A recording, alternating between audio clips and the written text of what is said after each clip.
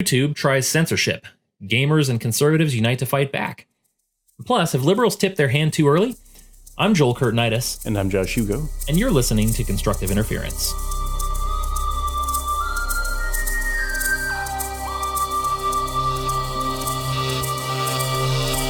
Well, what a week it has been. My goodness, there's so much to cover. But before we launch into today's episode, I do want to remind you to head over and follow us on social media. You can do that by following us on Twitter at The CI Show and throwing a like on the page at facebook.com/The CI Show. If you take 30 seconds and do that, you'll ensure that you won't miss a single action-packed episode of Constructive Interference. And of course, you get to benefit from all the posts and articles, the super dank memes, and their associated, highly sophisticated, and never sarcastic comment sections. No, seriously, guys, get over there, give us a like and a follow. We want you to join the discussion on all these things, too. I mean, Josh and I love talking and hearing ourselves talk for sure, but we like it a lot more when you guys get involved. So head on over and take a look at that. So big week for gaming. E3 is going on right now. There's a lot of it that's kind of meh, but a few things I've definitely been excited about. Josh, have you seen any of the news coming out of E3? I'm more of a PlayStation guy, and there's not been a whole lot that excited me. I'm don't really care about Final Fantasy VII Remake. Zelda is cool, but I don't have a Switch, so not a whole lot for me. Well, I am not a PlayStation guy. I am an Xbox guy slash PC. So for me, of course, the big news was Halo Infinite. Looks like I still have to wait. It's still going to be waiting over a year for that, unfortunately. But, the trailer that was released and the details that are coming out about it looks really good. I mean, it looks like 343 learned a lot of lessons from Halo 5. It looks like they're really stepping up their game on this, and I'm really excited about it. A lot of people are excited about the art style, kind of the classic Halo art style coming back. It just looks really intriguing. It looks really good. I'm really excited to joining the fanboy theory clubs again for the next few months, launching myself right down that YouTube rabbit hole. Here's all the things that we can think might be happening from the background scene that we saw in like one frame in this trailer. Right. And then you mentioned Zelda, of course, and I was not I'm not really a Nintendo person. Okay. I was growing up, we didn't have a Nintendo. We went straight from PC to Xbox. But my wife is a retro gamer. And so she has introduced me to a bunch of old games on N64. I gain an appreciation for Zelda. I think it's a fantastic game. I understand why it makes so many all-time lists. And Breath of the Wild from the time that I've played it has actually been a great addition to that series. I really appreciate the mechanics of it. I appreciate the artwork and the story. I mean, it's a really immersive game. Apparently that's getting a sequel. A lot of people are going to be really excited about that.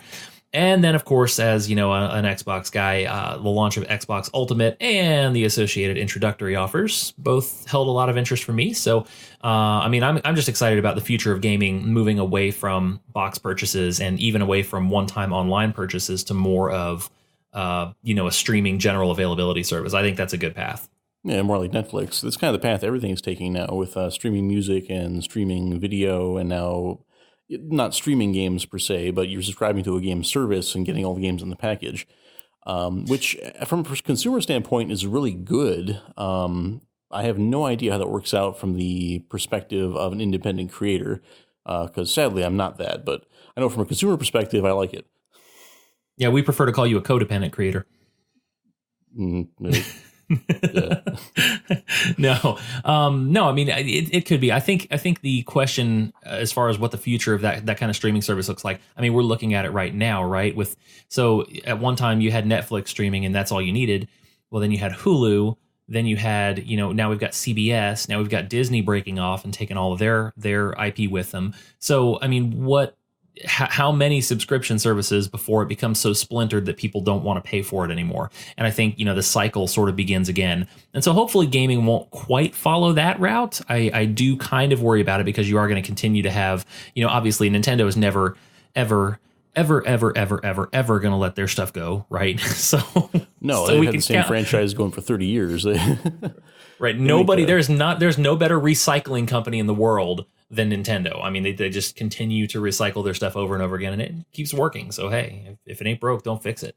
So what were you saying about Death Stranding? I did not see any updates on Death Stranding, but you said there was one. Oh, just that it's finally got a release date. It's coming out this November. Death Stranding, it's an enigmatic, it's a weird game. It's by Hideo Kojima, whose games are always weird. According to himself, this game is going to be a new genre. Of course, that's likely an idle boast, but he's saying it's a connection-building game. The world, or at least America, has been destroyed by what looks like some sort of a ghost apocalypse, and you play a character whose job is to somehow create connections between people in cities and thereby rebuild civilization, which is a really interesting premise, because usually you're just going around destroying stuff and killing monsters. So if you can actually be a character who builds connections and restores things, that's perhaps an interesting twist. We'll see. But it looks very intriguing. Right. So it's like, Assassin's Creed meets Minecraft. I guess so.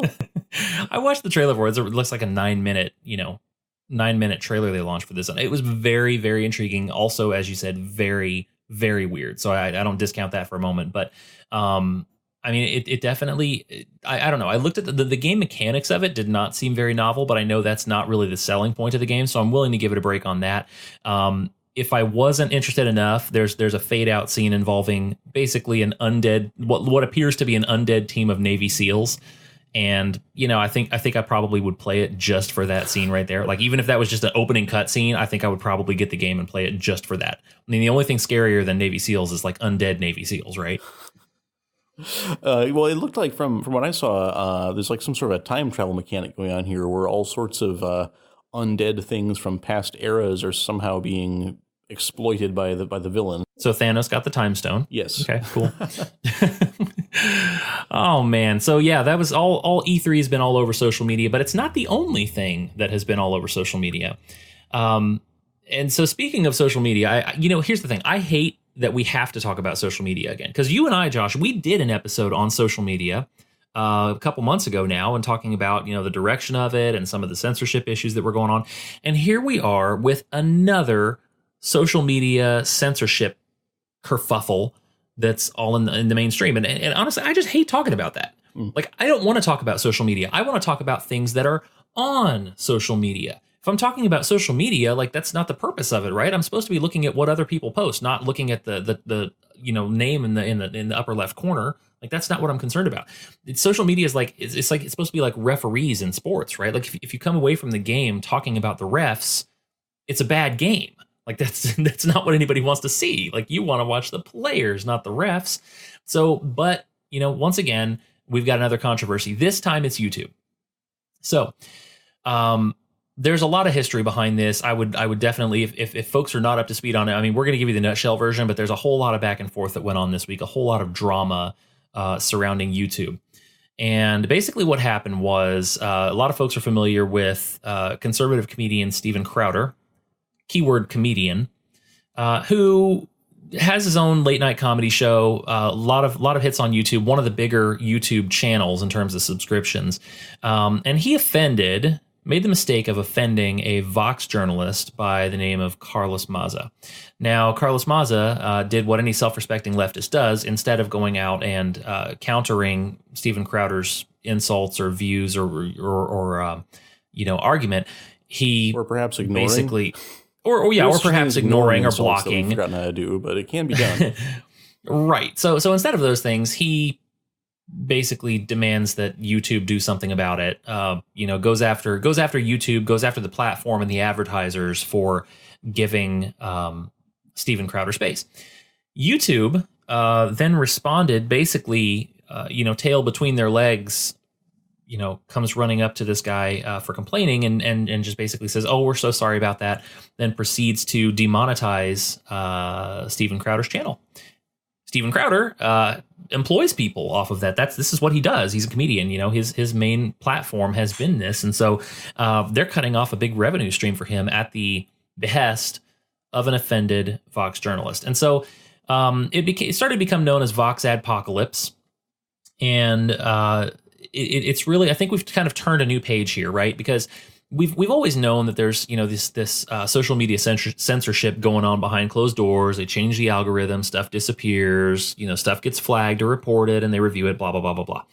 And some of those functions are necessary to run a social media company, I would imagine. Okay, I get that. You don't want people calling for violence on your platform. But a lot of it has been controversial, especially because it's been apparently heavily weighted against conservatives and those on the political right. But I think we've kind of turned a page here, because this is an instance of basically a leftist journalist, somebody who works for a powerful billion-dollar, media conglomerate. If I'm remembering right, it might not be a billion, but it's many millions. Vox is, I believe, owned or heavily invested in by NBC, if I'm recalling right. And so this is a huge organization going after an independent YouTube content creator and forcing YouTube to bend to their wishes. And that is a little bit scarier than even the algorithm problems, because now if you hurt somebody's feelings on YouTube, that's enough for them to get you taken down, or at least demonetized. I mean, I just feel like that really puts us in a really rough scenario for anybody that has any heterodox views looking to break into the social media market. You can't run a social media platform, be it YouTube, Facebook, whatever, without some sort of moderation, some sort of control you can post. If only for the fact that if you don't have some sort of control, it'll be overrun with spam bots immediately. Sure.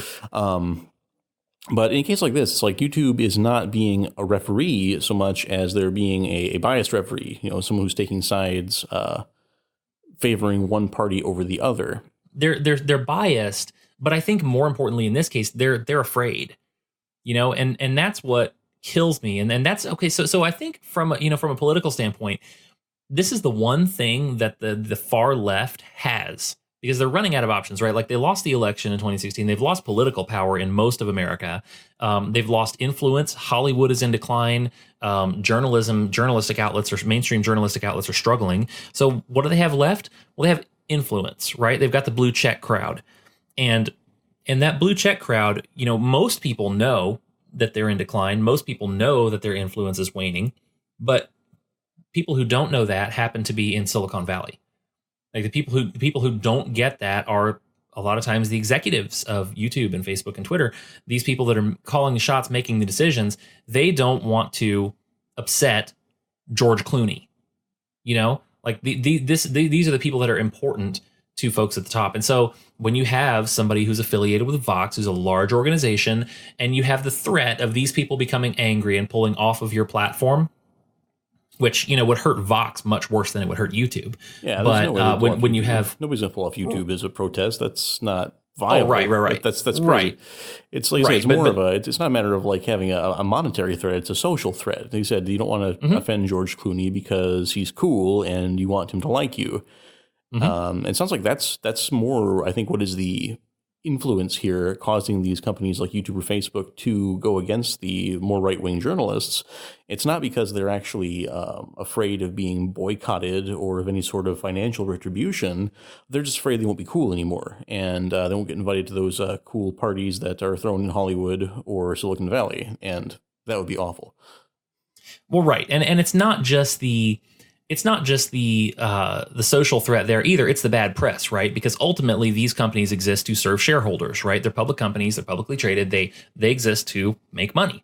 And Facebook is a great example of a company that was kind of at the top of its game, got into a scandal, and now bears the brunt of leftist blame for losing the 2016 election, right? And so now they've had congressional testimonies from Zuckerberg and the whole nine yards.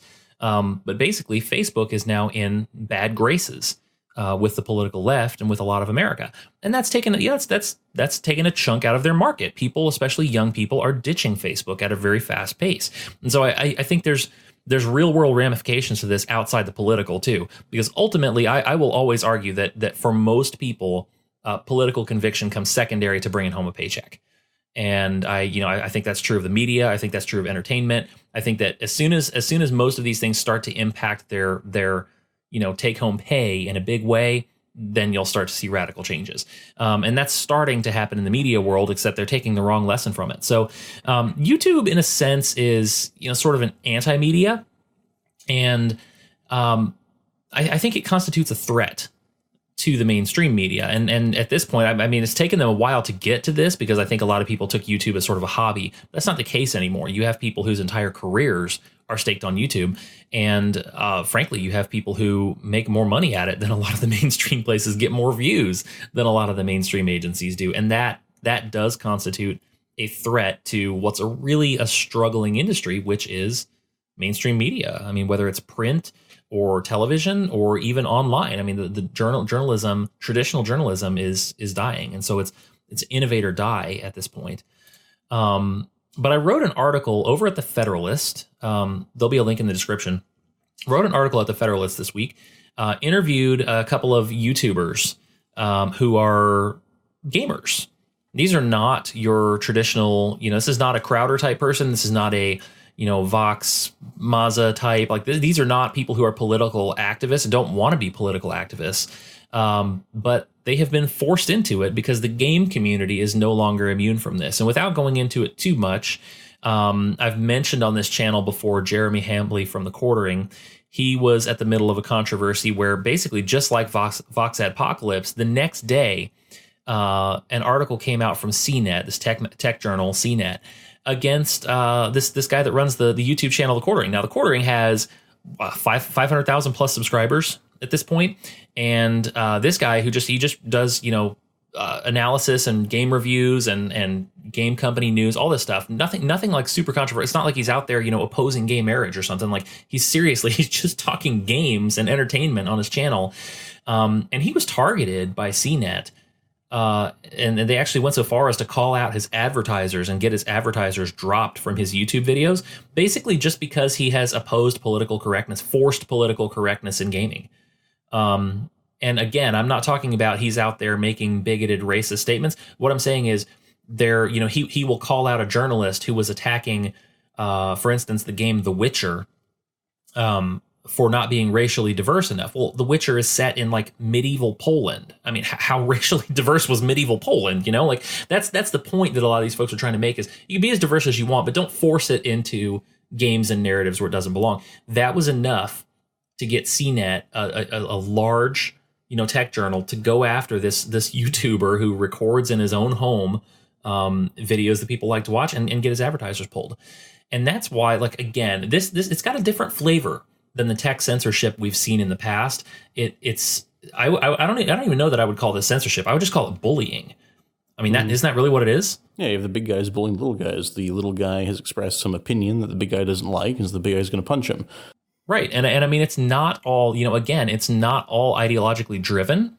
I think it would be naive to exclude the money trail from this. Now, his main channel, Jeremy's main channel, The Quartering, it actually gets more views than mainstream media outlets do and mainstream media shows do. I'm trying to look for the quote here. Yeah, on YouTube. I mean, it's just crazy. So, but his quote to me was that his channel, The Quartering, consistently gets more views than some of the mainstream shows on CNN in a day, which is impressive, considering that CNN, obviously huge network, has a bunch of staff, has a bunch of producers, all that stuff. He is just a guy sitting in front of a camera with, talking games and gaming news. And he's not the only one. There's a bunch of other folks, people who have really been trying to use the gaming world as an escape from all this. I don't get on and play Call of Duty to, have politics crammed down my throat. I play Call of Duty not to think about politics, right? Like that's the point, is to get away from all that. But it's invaded the game community. And so now there's this war going on that has spread away from conservative and liberal activists into communities that really want nothing to do with this fight. But if you bring the fight to them, you better believe they're going to fight back. And so that's the other, I think, miscalculation of the left in this, and the unintended consequence, the Streisand effect, if you will, of the Vox Adpocalypse. And that is they're actually having the effect of uniting the YouTube community against them. Because when you come out and you advocate for changing community standards, kicking people off, demonetization, mass rule changes, all of these things, they don't just affect Steven Crowder. And that's what people like Mazza don't get. It's not just Crowder that you're affecting. You're affecting tons and tons of channels. Hundreds of channels got demonetized over this controversy because YouTube just, haphazardly, oh, well, we just decided to change our community standards. They went through and took down a ton of content and blocked content and demonetized content. A lot of it, and all of it for purportedly white supremacist, racial supremacy stuff, but there was no discernment used at all, right? So like historical channels that were talking about Nazis in historical context as Nazis and condemning them, right? Documentaries got knocked out for this. Historians had their stuff taken down for this. Schools had their stuff taken down for this because a Vox journalist got his feelings hurt. Yeah, so I mean, I just think we're turning a corner right now because this doesn't look, and by the way, if you thought that it ended with Vox Adpocalypse, you'd be wrong. If you thought that it ended after, Gamergate 2.0 here, you'd be wrong. If you thought that it, ended after Crowder got demonetized, you'd be wrong because it's still going. The attack on YouTube, it just keeps going, which lets me know that it's not an individual sort of happenstance thing. This was a coordinated attack on YouTube. The New York Times has now published just an absolutely ridiculous piece. I will put the link in the description, but it is over my noted objections, okay? This New York Times piece was called The Making of a YouTube Radical. And it's just a horrible, horrible trash piece of journalism, okay? It's front page, wasn't it? Yeah, it was front page. I don't want to say that it's worse than the CNET piece that went after the quartering. I don't know. It's probably a toss-up. But to give you an idea, so the first thing that got attention about this New York Times piece was the collage on the front of it that they used, this picture collage that was leading off the article, where they've got all these different YouTube creators, content creators on there. And the article talks about how there's a rabbit hole. YouTube leads innocent young people down a rabbit hole of, conservative extremism. And on this page, they have the traditional, like the Richard Spencer types and Stefan Molyneux and, Paul Joseph Watson and all these guys who are kind of known characters within the alt-right, Alex Jones. But they also have Ben Shapiro, Philip DeFranco, of all people, and then my personal favorite, Milton Friedman. They have Milton Friedman, the economist, and I think former White House advisor. They have him in here as a YouTube radical that leads people to violent alt-right sites. Like it's crazy town. But you see, and a lot of conservative commentators have brought this up today. This is the new tactic. This is the new stratagem. It's guilt by association. So if you are worried that, Philip DeFranco, for instance, might become a threat to you because he has such a big audience and because he refuses to come out as a leftist activist in his analysis, well, that's not good enough. You have to paint him in a picture next to Alex Jones so that next time you write about him, you can say, Philip DeFranco, who has been associated with Alex Jones. That's what they do. Right. That's what they do. You saw for a long time, but before they were utterly discredited, these groups would go after conservatives, like mainstream conservatives, and say, well, they were affiliated with this group, which has been labeled by the Southern Poverty Law Center as a hate group. Mm-hmm. That's all you have to do. You just need the association there, and then you just throw it out there and you walk away. You just throw the bomb and then you walk away. Slight tangent, but I think that's an inevitable result of the way we have labeled certain types of speech as being unacceptable. This is the problem with hate speech laws, is that if you define some speech as being unacceptable, this category of speech is not protected, this category of speech is wrong and will not be tolerated.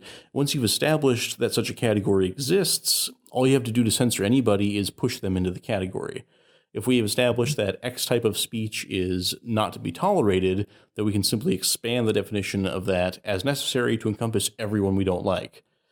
I mentioned Milton Friedman, the economist, being put up there and associated with more fringe alt-right figures, and that's because if you look at the rhetoric the left is using nowadays, things like being a capitalist are now associated with white supremacism. It's like, do you support abortion?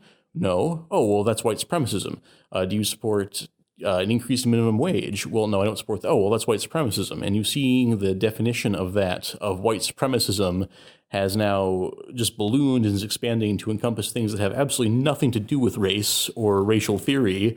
And it's just become a catch-all for, if we don't like you, if we don't like what you say, if we want to shut you up, we'll just say that what you said is white supremacism. And because that is unacceptable, therefore we can censor you. Yep, absolutely. I mean, and these are categories without solid definition. And so in that case, they get to make it up as they go, which is why Masa can get out there and say, I have been harassed by Steven Crowder because he made a mean joke about me on YouTube once. I mean, he actually claimed harassment for this. He claimed targeted harassment because Crowder called him a name he didn't like. And you can look up the merits of that on your own. Just I'd say, hit it up on Google, get both sides, do some research on it. But the implication of that is just staggering, especially for a guy that runs a comedy show. I mean, can you think of all the offensive things that we've borne witness to in the world of late night comedy for ages now? I mean, there's all kinds of horribly offensive stuff that goes on the comedy world, and nobody says a thing about it. Lots of it's still on YouTube right now. There's racist stuff, there's sexist stuff, there's just outright vulgar stuff. I mean, this is what happens in the name of comedy. I mean, Saturday Night Live for like the past 2 years has been nothing but the dump on Trump show, basically. Mm-hmm. And it shouldn't. That should get banned for just not being funny. No, it's not funny. Of course not. I mean, it was funny for like the first 2 minutes maybe, but it's gone for for years now. That's an example of Donald Trump is targeted all day, every day, and all sorts of shows that are supposed to be called comedy, and no one cares about that. And they shouldn't. I totally think that, of course, that's free speech and that should be perfectly acceptable. But the double standard there is extremely apparent. If I want to take some conservative or some Republican figure and target them and vilify them day in and day out, that's fine. But if I'm going to make fun of someone on the left, suddenly it's hate speech because of that flexible, that nebulous standard. Oh, and it goes deeper than that. The guy that actually started this whole mess, Carlos Maza, he got a lot of crap because he... in saying that he's been, facing targeted harassment from Steven Crowder, this came shortly after he tweeted out an encouragement to his followers and to others to milkshake all of them in response to, the milkshaking that's happening out in Europe with right-leaning political leaders getting milkshakes thrown at them. So he actually encouraged, I guess, mild assault. And yet he's claiming targeted harassment because somebody made a joke about him. So, it's just, I don't see this ending well for anyone involved. The question is, what is YouTube going to do about it? Now back to the financial side. Europe, of course, we talked about it before. They had a couple proposals sail through earlier this year. One of them was a proposal that would basically force profit sharing from content providers. So if you are, say, a Tim Pool type analyst who gets on, reads the news, and then analyzes it and says, okay, so I read this in this article, this is what I think of it. You would now, in Europe, you would now be forced to pay a share of your earnings with those videos to the original source creators for the sources that you referenced, which is just a crazy idea that will destroy independent content creation. But I really think that with what's going on this week with the attacks on YouTube, I really think that that's exactly what the American journalistic engine wants to happen. I think that's the goal of what they're doing, is to try to demonize and death by 1,000 pinpricks to YouTube right now, because YouTube is a competitor. YouTube is the challenge. They're not making any money off of YouTube, and since the traditional outlets are dying, they're not making any money anywhere else either. And so I think they're looking at this from a pocketbook perspective as well. And so, a couple of them have come right out and said it. There's a writer for, I believe, Laura Bassett here. She writes for the Washington Post. She just tweeted out earlier today. There was an article that came out that said Google made $4.7 billion from the news industry in 2018. She retweeted that with the statement, they should be sharing that revenue with the writers and publishers of the content instead of putting us out of business. So in other words, we can't make money with our content anymore. You should give us a piece of yours because it's the right thing to do. I think that's crazy town, obviously. I think that's crazy. I think if any reporter is going to hold to that standard, then they should also be paying the people that they interview. They should be paying every Twitter, Facebook, and Instagram user that they quote, which is basically about half the articles nowadays are just references to social media. Yes. So yeah, this is crazy. What all this really is just somebody who's an information middleman getting angry that they're getting out middlemaned by someone else. This seems to be the new strategy, though, is to attack independent content creators to save these large, faltering corporations that are dying off because they're boring and useless and biased. But that won't save them. It's these independent content creators aren't popular because they're using some sort of dirty trick or cheat. It's like they seem to think that when Tim Pool analyzes something from the New York Times, that he is somehow exploiting the New York Times. He's somehow stealing their genius and profiting from it. But that's not the case. The fact is, people really are not very interested in what New York Times has to say anymore. They're interested in what Tim Pool has to say, and he is the one creating that value. And that's the fault. That's not the fault of him for somehow exploiting the New York Times. That's the fault of the New York Times for producing crazy content like this hit piece about YouTube radicals that you talked about that no one in their right mind wants to read. Again, I talked about how this definition of hate speech, the definition of white supremacism, keeps expanding to gradually encompass anything that the leftist who is speaking at the moment doesn't like.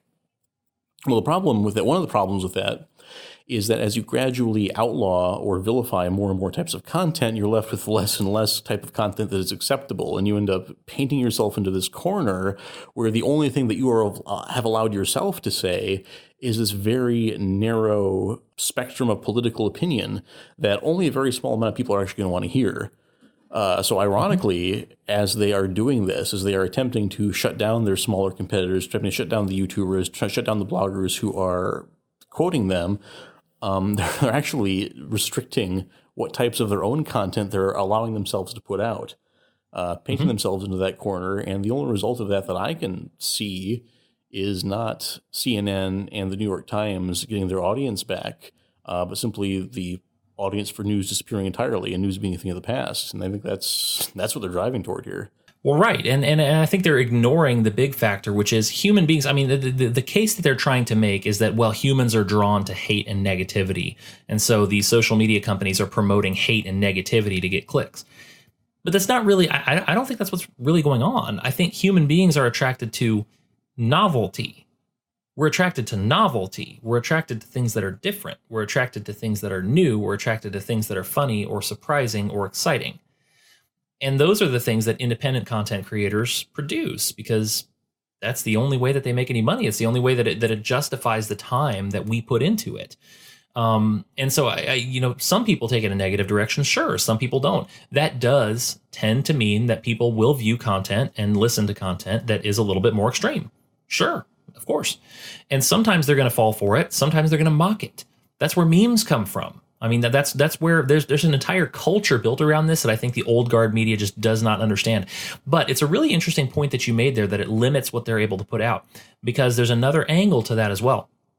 As they, and this is actually something that could backfire on them, and some analysts on YouTube believe that it already has, and that is by censoring out the more extreme elements on the right exclusively, they're making the right look more sane. And without censoring anybody on the left, when there are plenty of, crazy town Antifa types on the left who are out there advocating violence and going, full socialism and full crazy town, they're making themselves look worse, right? Because it gives Maz is allowed to tell his fans to throw milkshakes on Crowder, but Crowder's not allowed to make fun of his lisp. And that double standard there is evident. And to an objective observer, it looks like the left is the extreme one. Right. And so it actually does serve the purpose of, in the long run, it actually weeds out and cleans up the, more distasteful elements on the right. And I do not deny that there are some. It actually weeds them out, cleans them out, and leaves the wild elements on the left unchecked. And so the only novelty that's left in those environments is crazy leftism, which is just, there's only so much market for that. That's the bottom line, is that when it comes to views and clicks, there's only so much market for that. And you have a large untapped market of a lot of people in America that aren't interested in that. And that's why YouTube and these channels have become successful in the first place. People say it's because of the algorithm, or it's because YouTube is promoting this content. No, it's none of those things. It's that if I want a leftist opinion, I can watch any of the major networks at any time and get it. I mean, I can read all of the same things that I've been reading, since I was a kid, and I will still get those same opinions repackaged under a different headline, a different, byline. and it's all going to say the same thing. If I want something different, the only place I can go, regrettably, is YouTube. Like on a lot of things, YouTube is the place to be for this. And so it's kind of funny, they're acting like this is a new and novel threat that's arising to the credible news industry. Well, no, you've put yourself in this position because you've moved all opposing viewpoints out of the mainstream. So now people are, trying an alternate platform, trying to, okay, you chase me away from there, I'm going to do it myself, and you're going to chase them off of that too? Like, where's this going to go? But I mean, honestly, I think YouTube's refusal to outright ban Crowder and others, as much as they have caved to it, I think the bottom line is calling their name too, because outright bans have not happened, and I'd be a little bit surprised at this point if they did. So I think they understand the revenue question. There's just not enough.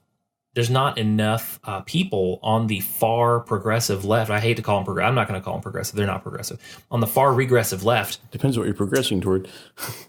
Yeah, I guess, yeah. But there's not enough people on the extreme left to support content. There's just not enough. You have to have more people. So you have to have a broader content. And so I think that's where this fight is really starting to take shape, and it'll be interesting to see where it goes, because you have a lot, and by the way, this is having the effect of galvanizing a lot of not very conservative people, not very conservative, not very traditionally right-leaning folks who are just successful personalities on YouTube. They're angry about this because their revenue streams are being attacked. Their subscribers are being attacked. And, people are making these generalizations about YouTube being a radicalization engine. You have folks like Philip DeFranco. They're basically, what the heck? Like, why am I lumped in with this? Like, I have nothing to do with this. Why are you attacking me? And every time that you do that on the left, it's causing a chain reaction of bringing people together who would not be traditional political allies into a space where we sort of have to be allies. And I don't think it's going to work out well for them long term. Do you foresee the rise of any real competitors to YouTube or Google over things like this? I mean, there are a couple of competitors, nothing serious, nothing on anywhere the scale that YouTube is as far as the number of viewers or the amount of videos on it. Right, and so I that's a really important question. It's kind of the biggest one that's been on my mind, is how do we get competition for these? Now, for sites like Twitter and Facebook, it's not that. I mean, it's difficult to compete with any of these giants, but they're already losing market share, and I think there are some innovative new ideas out there that could challenge them in the social media space of like newsfeed driven social media. One that I've been really interested in and been trying to direct people towards, I would highly advise looking into, is minds.com, minds.com.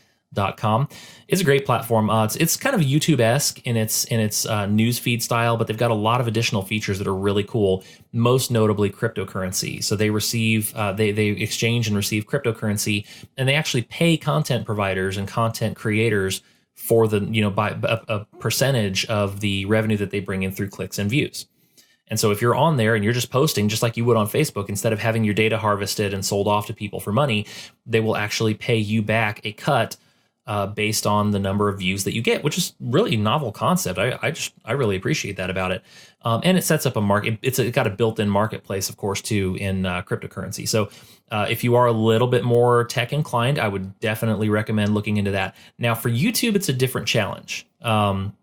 Because the structure that Google and YouTube have set up, the infrastructure that they have, is completely unmatched. Completely unmatched. I mean, if a lot of these smaller competitive sites would try to replace YouTube tomorrow, and they actually got the traffic that YouTube sustains on a daily basis, they would just crash and burn and not come back up forever. They don't have the infrastructure to handle these things. So there's these smaller competitive sites like Vimeo and Vivo and BitChute, some of these, and I think some of them have potential to get there. But there's a very specific way that this has to happen. People they have to have a consistent upward flow. And I think most importantly in all of these discussions, again, it's not political. It's about money. It's about technology. It's about innovation. Make people's lives better, and they will use your service. I mean, that's why people use Facebook. It's why people use YouTube. And so I think if you can replace the benefits that they have, and then also advance the fact that you advance and promote the fact that you don't censor, that you are into free speech, that you have a better system and more features to offer than they do, then they'll succeed. Well, no, I mean, obviously, you're right. That's how it always works. I wish I had a crystal ball because it seems like we're obviously not there yet, but it seems like there has to be some point where enough people are fed up with these shenanigans that they will embrace an alternative platform. And of course, that platform, like you said, can't arise until there are enough people who are willing to use it. It's a little bit of a chicken egg scenario where you have to have the people who are willing to embrace the platform, but then they have to have a platform for them to embrace. But nonetheless, there must be some critical point where that happens, and I just wish I knew where it was, because then I'd buy stock in it. Right? No, I mean, I remember when Facebook was fairly new, and it was the young people that were really into it. And then when Twitter was really new, and it was all the young people that were into it, and my parents didn't know what these things were, and I sort of had to explain it. And now it's sort of the opposite, and it's really interesting to have watched that life cycle go through. But now young people are ditching Facebook at record rates. Twitter's monthly users, I can't remember if it's monthly or daily. I think their daily users, no, monthly users are down, daily users are up, I believe. Which points to the fact that they're not really gaining a lot of new users. They are the same people that are already on it are posting more frequently. And so you've got a lot of these traditional social media outlets that are actually seeing a decline of sorts. And so I think there is an opportunity there. There's plenty of opportunity for people to capitalize on the mistakes that these giant companies have made.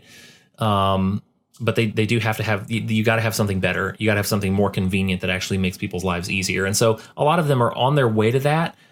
It's just going to take, I think it's going to take a combination of, that innovation and the learning and the business experience, and then also probably some influencers being willing to come across. That's why it's so significant that, PewDiePie, well, until recently, the number one YouTube channel content creator, was willing to get behind a different streaming service. That was actually very significant because you have to provide competition, and you have to have some of those influencers come across and say, all right, let's do this. I'm tired of being abused at the hands of this company. Let's go start something new.